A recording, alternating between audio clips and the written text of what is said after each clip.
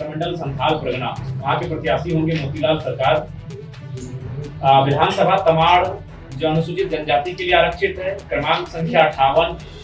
चंदनकियारी विधानसभा से JLKM उम्मीदवार अर्जुन रजवार हो सकते हैं। सूत्रों की माने तो अर्जुन रजवार फिलहाल झारखंड लोकतांत्रिक क्रांतिकारी मोर्चा में केंद्रीय सचिव की भूमिका में हैं और जयराम महतो के काफ़ी करीबी बताए जा रहे हैं। अर्जुन रजवार भाषाई आंदोलन के शुरुआती दौर से काफ़ी मुखर रहे और सरकार की गलत नीतियों के खिलाफ आवाज़ बुलंद करते रहे। विस्थापन नीति, नियोजन नीति, उद्योग नीति समेत अन्य जनहित के मसले पर सक्रिय राजनीति में रहने वाले Arjun Rajwar Vedanta ESL steel limited में विस्थापित रैयतों को नियोजन मिलने के लिए JLKM का प्रतिनिधि मंडल में शामिल होकर रैयतों को रोजगार दिलाने में सफल रहे, जिससे आसपास के क्षेत्रों में उनकी लोकप्रियता काफ़ी बढ़ी है। हालांकि JLKM जगन्नाथ रजवार, नरेश रजवार, मीरा दास, कार्तिक रजवार पर भी विचार कर रही है। ऐसे में कहा जाए तो अर्जुन रजवार बाकी के अन्य नामों पर भारी पड़ता दिखाई दे रहा है।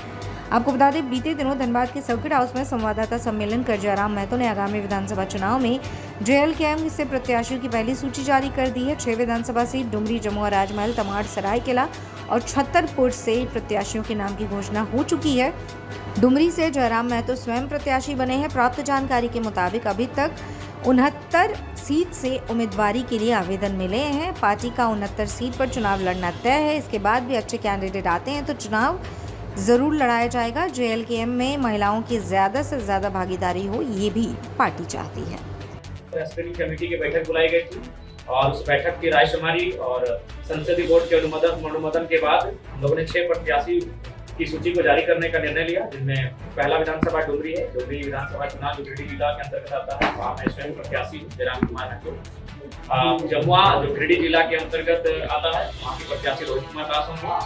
राजमहल जो साहेबगंज जिला संथाल परगना की सीट है, वहाँ से प्रत्याशी मोतीलाल सरकार जी होंगे। तमाड़ जो रांची जिला दक्षिणी शरणनागपुर गांव से, वहाँ के प्रत्याशी दमयंती मुंडा जी होंगे। सरायकेला जो सरायकेला जिला कोल्हान प्रमंडल की सीट है, वहाँ से प्रत्याशी प्रेम माटी जी होंगे। और छतरपुर जो पलामू जिला पलामू प्रमंडल की सीट है, वहाँ से प्रत्याशी ज्योति राज। बाकी आपके सवालों का स्वागत करते हैं। पूरे झारखंड में कितने प्रत्याशी आपको होंगे? देखिए दादा, पूरे झारखंड राज्य से लगभग हमें 69 जो सीटें वहाँ से आवेदन मिला है। तो ये तो तय मान के चलिए कि 69 सीटों पर झारखंड लोकतांत्रिक क्रांतिकारी मोर्चा चुनाव लड़ेगी। उसके बाद हम लोग प्रयास कर रहे हैं कि कुछ ऐसे चेहरे जिनकी राजनीति में अच्छी पकड़ हो, अगर वो संपर्क करते हैं तो हम लोग पूरे 81 पे लड़ने की संभावना देखते हैं। दूसरे पार्टी से आपको शामिल कीजिए। देखिए, दूसरे पार्टी से आएंगे, नो डाउट वे शामिल किए जाएंगे, लेकिन उसके लिए हम लोग जो हमारे पूर्व की कमेटी है, वहाँ के जिला अध्यक्ष हैं, तमाम प्रखंड के अध्यक्ष कमेटी बनी है, उनसे एक बार रायशुमारी करेंगे। अगर वे रजामंदी देंगे, वह सहमति देंगे, तभी हम लोग इस विषय पे आगे बढ़ेंगे। प्रमुख मुद्दे क्या है आप लोग के विधानसभा चुनाव राज्य के मुद्दों पे लड़े जाते हैं। लोकसभा का चुनाव पार हो चुका है। लोकसभा का चुनाव देश के मुद्दों पर था, लेकिन देश के मुद्दों के साथ मैंने राज्य के मुद्दों से पूरे देश को परिचय करवाया।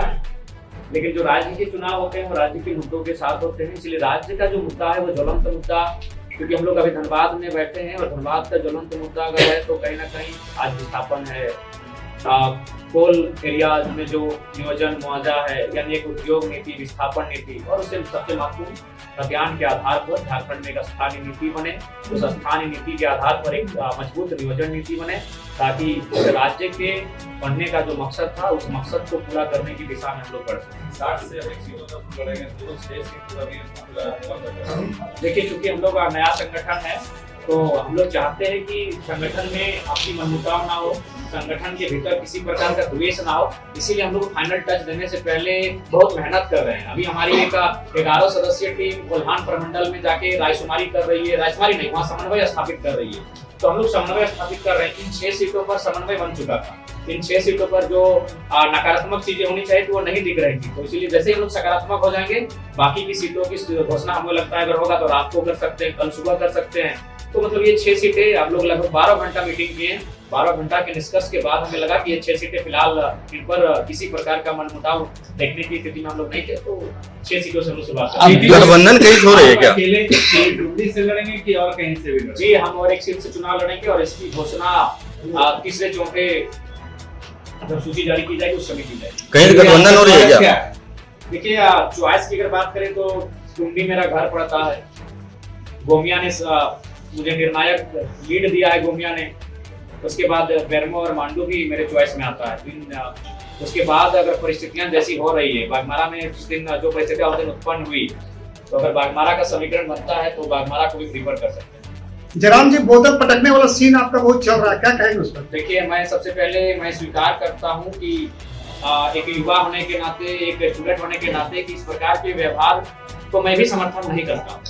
लेकिन उस व्यवहार के पीछे जो दर्द की दास्तान है, अत्याचार, शोषण और जुल्म की कहानी है, उस कहानी से अगर आप वाकिफ होंगे तो शायद मुझे लगता है कि वो व्यवहार परिस्थिति के हिसाब से कभी कभी हो जाता है। इंसान नहीं चाहता उस प्रकार का व्यवहार हो, लेकिन वो जो मामला है वहाँ 133 मजदूरों का मामला है। उन्हें ना वेतन, उचित वेतन तो छोड़ ही दीजिए, ये तय नहीं है कि वो जो मजदूर हैं वो किसके अंडर काम कर रहे हैं। ना बीसीसीएल जिम्मेवारी ले रही है, ना जो आउटसोर्सिंग कंपनियां हैं वो जिम्मेवारी ले रही है। यानी कह सकते हैं कि जिस प्रकार फिल्मों में हम लोग कहानी देखते थे, सुनते थे, वो हकीकत में बागमारा में दोहराई जा रही है। हाल ही में लोकसभा चुनाव का हुआ है, लोग कहीं ना कहीं